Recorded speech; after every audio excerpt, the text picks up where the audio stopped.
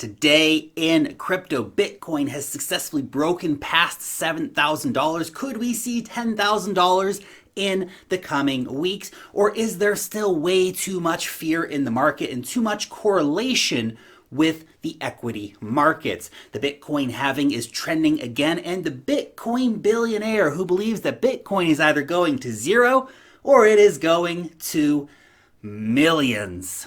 The cryptolark. This is where you subscribe for all of the hottest and all of the latest happening out there in the wild, wild land of crypto. Just a quick reminder for you as well before we kick off today's video. You have until the 10th of April to get a free $50 in Bitcoin from BlockFi. All you have to do is sign up using the link down below. Deposit $250 or more in crypto and hold that crypto in your interest account for 3 months. So you'll get 6% for Bitcoin or 8.6% for dollars on your deposit for those 3 months, plus a $50 bonus. Easy money. Okay, now let's go ahead and take a quick look here at the charts. Bitcoin finally broke out today. That ascending triangle that we have been keeping an eye on, it has finally broken to the upside with a nice, strong green candle and a good bit of volume as well. Bitcoin is now sitting comfortably over $7,000. That's my dog. Oh, that's my dog. I mean, this is a very pleasant turn of events for Bitcoin overall. Now, the implied price target from this could actually take us up as high as $9,500 or even potentially up to test that $10,000 mark in the coming weeks. On the downside, of course, watch for $7,000 to hold as a very important line of support for Bitcoin, considering, of course, that it was a very significant zone of resistance over the last few weeks. It should also provide a strong zone of price support, so something to keep in mind. Also, can I just point this out? Bitcoin is up more than 90% since the big fall back in March, and it's only down around 8% since before all of this craziness began. Just let that sink in for a second. It is insane. Bitcoin is an absolute beast.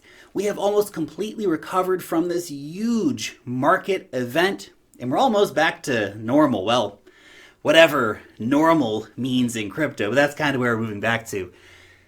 And what is kind of funny about all this is that on one hand, that 90+% surge is awesome, but it is also a possible warning on the other hand, because the Bitcoin Fear and Greed Index, it is still showing extreme fear for the markets. Now, does this simply mean that the market is stuck in some kind of a phase of disbelief at our crazy rally that we're having? Or does it mean that the prevailing fear that we're seeing around the economy more broadly still has Bitcoin investors spooked?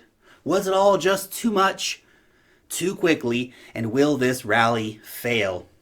Food for thought, anyway.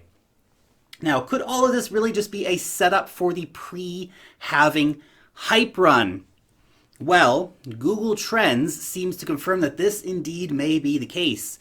Searches for the Bitcoin halving, they have reached an all-time high. And it is not just the halving either that is getting investors excited. We've actually seen a huge spike in interest just for the search term Bitcoin in places like Nigeria and Kenya and Peru, which is just a nice reminder that Bitcoin is a worldwide movement. I know that I spent a lot of time talking about the bigger markets and the bigger economies, but Bitcoin is here for everyone, everywhere, so super excited to see a growing interest in those regions.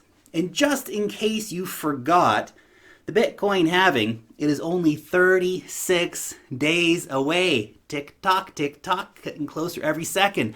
Huddle on, Wayne. Huddle on, Garth. The Bitcoin world having time. Excellent. Yeah.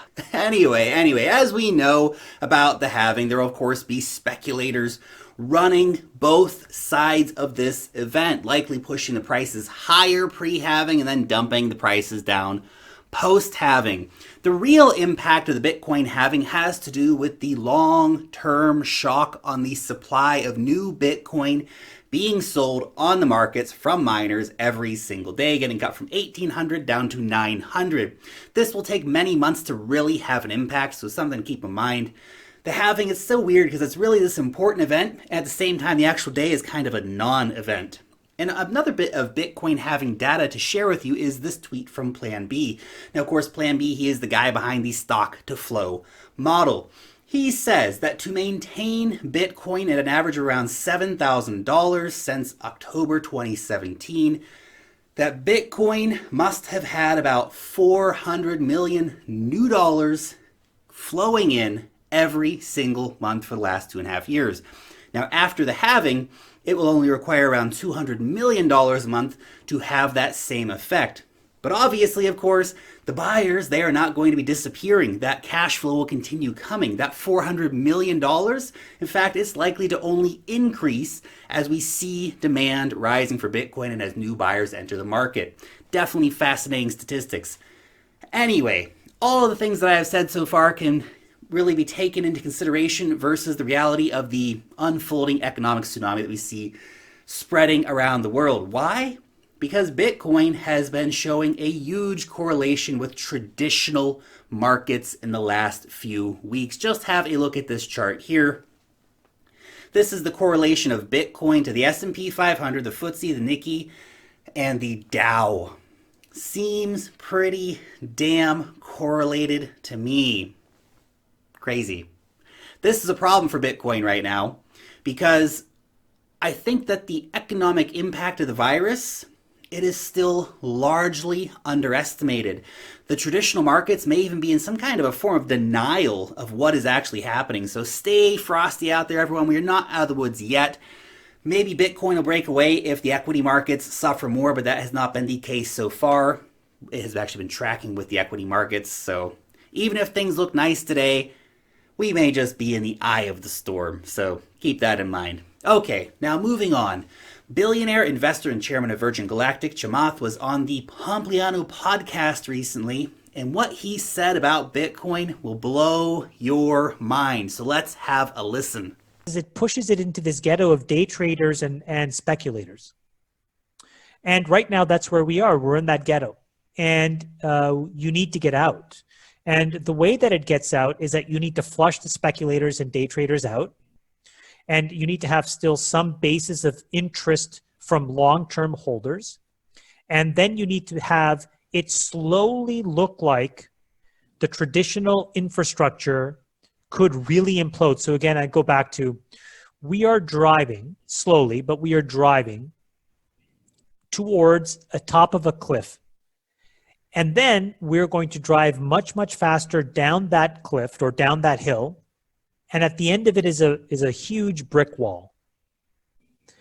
The way we avoid it is by pivoting to a resilient economy where we introduced inefficiency and cost and inflate our way out of it, or debasement. The path dependence for Bitcoin is if it looks like path 2 is likely, it will really emerge as a flight to safety. And over the next 10 years, where this trajectory is going to take shape, and it is a 10-year trajectory, you'll have a lot of time to vector into it to protect yourself and to hedge yourself. And I've always thought of Bitcoin as a very binary investment, whether it goes from 80 to 8,000 to 6,000 to 3,000 to 13,000, it doesn't matter. This is either zero or it's millions. Because what it will do is it will create a quasi-gold standard. By the way, this guy actually mentions a bit earlier in the podcast that at one point he had like 5% of the total Bitcoin supply and that he bought in at around $80 a coin. That is wild. That is wild. He may be one of the biggest Bitcoin whales after Satoshi. Anyway, to his points, and there are definitely some interesting ones. By the way, head over and watch the whole interview on Anthony's channel if you haven't seen it yet. It's definitely a very interesting interview with lots of great insights. But to his main points, Bitcoin, yes, it does need to get out of the ghetto. Out of the ghetto. The ghetto. Right now, Bitcoin's primary use case, whether we like it or not, is primarily for speculating. That's it. And while I do not believe that the speculators are going anywhere, we do need to see Bitcoin move beyond this in a meaningful way. We really need to see the majority of use cases not being speculation, but being people transferring money from point A to point B without permission and all that stuff. In fact, blockchains like Ethereum are in many ways delivering on the areas of innovation where Bitcoin is not. But Bitcoin is more than anything really shaping up to be digital gold. Bitcoin is the hedge against total collapse of fiat, particularly of the dollar. He goes on to talk about how Bitcoin can become a new gold standard for the world. Now this, of course, it's the ultimate fantasy. I dig it, man. I dig it. Bitcoin world forever. And actually, that matches up really well with what Max Kaiser said in a recent broadcast. Let's have a quick listen to what he had to say, and then I'll come right back. Predict the ultimate, and this is not only the ultimate use case, but the ultimate irony, is that once people realize they cannot get gold, they'll start flocking en masse into Bitcoin, because that'll be the only way they can protect their wealth with a reliable store of value. Right now, the gold industry is seeing unprecedented demand for actual physical gold. We've all seen pictures of lines of people standing outside gold bullion dealers. That is happening. And I think that Max is right here. Soon we will see a lot of those big money investors, the high net worth individual types, the family offices, all these kind of people, moving into Bitcoin. They've been doing it for a while now, but if the crisis actually ends up crushing retail buyers in a much more significant way than it already has, then it's really just going to leave in a large way these mega money buyers still in a great position to come in and gobble up lots of Bitcoin. Bitcoin's fundamentals, they are rock solid. Time and patience, those are the things that you need when you're investing in Bitcoin. But of course, those are just my 2 Satoshis. Your question for today: do you agree with Chamath that Bitcoin is an all or nothing game? It's either going to zero or it's going to the moon, man. Would love to know your thoughts on that down below in the comment section. Thank you so much for watching today's video. If you did enjoy it, hit that thumbs up button. Make sure to subscribe to the channel if you are new around here.